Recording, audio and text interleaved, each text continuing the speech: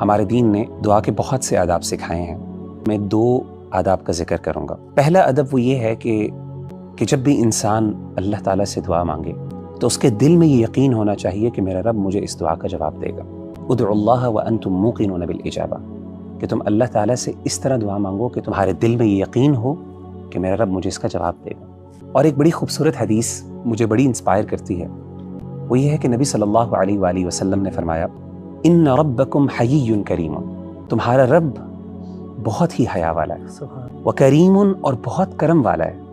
یستحیی، اس کو شرم آتی ہے، اس کو حیا آتی ہے، اذا رفع الرجل یدیہ، کہ جب ایک بندہ اپنے ہاتھوں کو اس کی بارگاہ میں اٹھاتا ہے، ان یردہما صفرا، کہ ان کو وہ خالی لٹا دے. دوسرا ادب ربی بھائی جو میں سمجھتا ہوں کہ ہم عام طور پہ بھول جاتے ہیں، وہ یہ ہے کہ دعا مانگتے ہوئے جہاں پہ ہمارا بھرپور یقین ہونا چاہیے کہ ہمارا رب جواب دے گا، وہاں پر ہمیں اللہ تعالیٰ سے حسن ظن بھی ہونا چاہیے. یعنی دعا کو بغیر حسن ظن کے مانگنا، یہ دعا جو ہے رائے گاں ہو جاتی ہے. یہ حسن ظن کا مطلب کیا ہے؟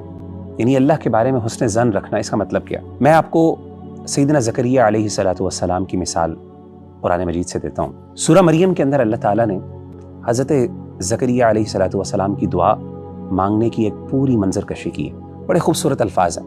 اللہ تعالیٰ فرماتے ہیں قال رب انی وہن العظم منی واشتعل الرأس شیبا. حضرت زکریہ کہتے ہیں کہ اے میرے رب، میری ہڈیاں کمزور ہو گئیں، واشتعل الرأس شیبا، اور میرے بال سفید ہو گئے. میں آسان الفاظ میں پیرافریز کر کے بیان کر رہا ہوں. ولم اکن بدعائک رب شقیا، لیکن اس کے باوجود اے اللہ کبھی بھی جب بھی میں نے تم سے دعا مانگی، یعنی اے اللہ میں نے جب بھی تجھ سے دعا مانگی ہے، کبھی بھی میں تیری دعا سے مایوس نہیں ہوا، نامراد نہیں ہوا. اچھا، یہ دعا تو اللہ تعالیٰ سے مانگی بڑے خوبصورت انداز میں، یعنی عاجزی اور انکساری دیکھیں، لیکن اس کے ساتھ ساتھ یقین بھی ہے کہ اللہ کبھی آج تک میں مایوس نہیں ہوا، نامراد نہیں ہوا. اب میں ذرا آپ کو حسن ظن کی مثال دیتا ہوں. حسن ظن کا یہاں پہ مفہوم یہ ہے کہ سیدنا زکریہ علیہ السلام نے اس بات کا اقرار کیا کہ اے اللہ، یہ میری ضرورت ہے، یہ میری طلب ہے، یہ میری چاہت ہے، لیکن مجھے اس بات کا بھی یقین ہے کہ تو میری اس ضرورت کو پورا کرنے کے لیے کسی خاص وسیلے کا محتاج نہیں ہے. یعنی میری یہ پریشانی تو بغیر اولاد دیے بھی پوری کر سکتا ہے. سبحان. اب دیکھیں قرآن مجید میں دوسری جگہ پہ اللہ تعالیٰ نے ان کے حسن ظن کے بارے میں کس خوبصورت انداز سے ذکر کیا. قرآن مجید کی آیت ہے وَزَكَرِيَّا إِذْ نَادَىٰ رَبَّهُ رَبِّ لَا تَذَرْنِي فَرْدًا وَأَنْتَ خَيْرُ الْوَارِثِينَ، کہ زکریا نے اپنے رب کو پکارا اور کہا کہ اے میرے رب، لا تذرنی فردن، مجھے اکیلا نہ چھوڑ، وَأَنْتَ خَيْرُ الْوَارِثِينَ، اور تو بہترین نگہبان ہے، وارث ہے.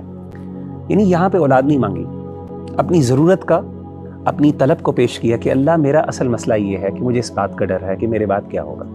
جو انسان کو سب سے زیادہ خوف ہوتا ہے کہ جب میں اس دنیا سے رخصت ہو جاؤں گا تو میرے گھر والوں کا کیا ہوگا، میری بیوی کا کیا ہوگا، میرے والدین کا کیا ہوگا.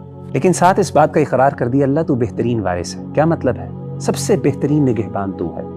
یعنی ضروری نہیں ہے کہ مجھے اولاد ملے، لیکن یہ پتہ ہے اس بات کا کہ تو میری ضرورت کو پورا کر سکتا ہے، کیونکہ تجھ سے بہتر نگہبان کوئی ہو نہیں سکتا.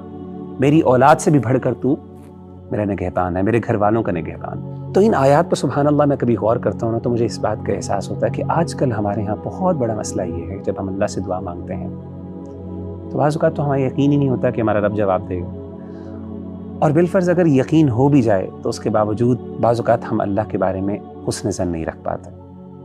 ہم سمجھتے ہیں کہ شاید میرا مسئلہ تبھی حل ہو سکتا ہے جب یہ خاص چیز مجھے مل جائے. ہمارے انبیاء نے اور ہمارے جو رسول تھے، انہوں نے اپنی زندگی سے اس بات کو واضح کیا کہ اللہ ان چیزوں کا محتاج نہیں ہے.